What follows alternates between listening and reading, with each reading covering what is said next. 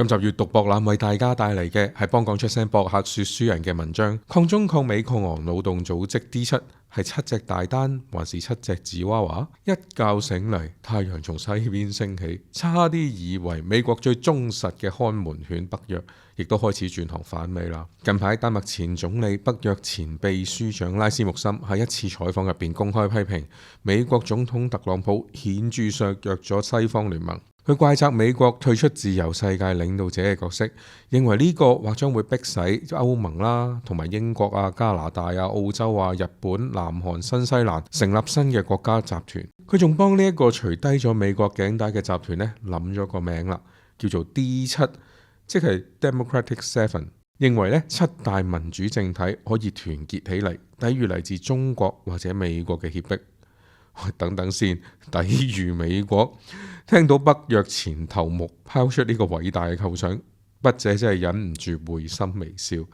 假如筆者講嘅係假如根味久了嘅北約呢，動起反主子嘅念頭，諗諗就覺得有趣啦。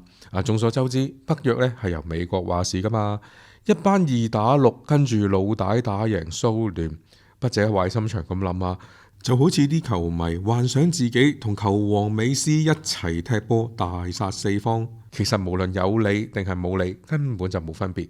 講得白啲冇咗美國嘅錢同埋軍力，北約可以有今日咩？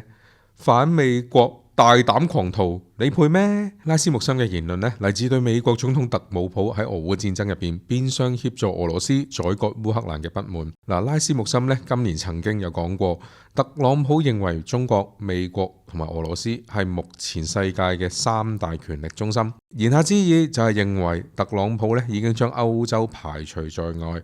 當然啦，更加唔少得北約呢就俾特朗普要求找數支付軍費嘅怨懟。所以咧就覺得特朗普或者美國唔值得信任啦。不過俗語有云，拿人手短，吃人嘴軟。長期幫美國搖旗吶喊嘅7件蛋散，早就習慣咗享受美國嘅保護傘。而家想脫離美國，無論係經濟上定係軍事上，可能咩？拉斯穆森嘅意思就係柴娃娃嘅 D7可以抵禦中美俄。筆者寫網絡自嗨小說都唔敢咁寫啦。試問全球其餘國家組合起嚟，可以有呢個圍毆3大國嘅本事咩？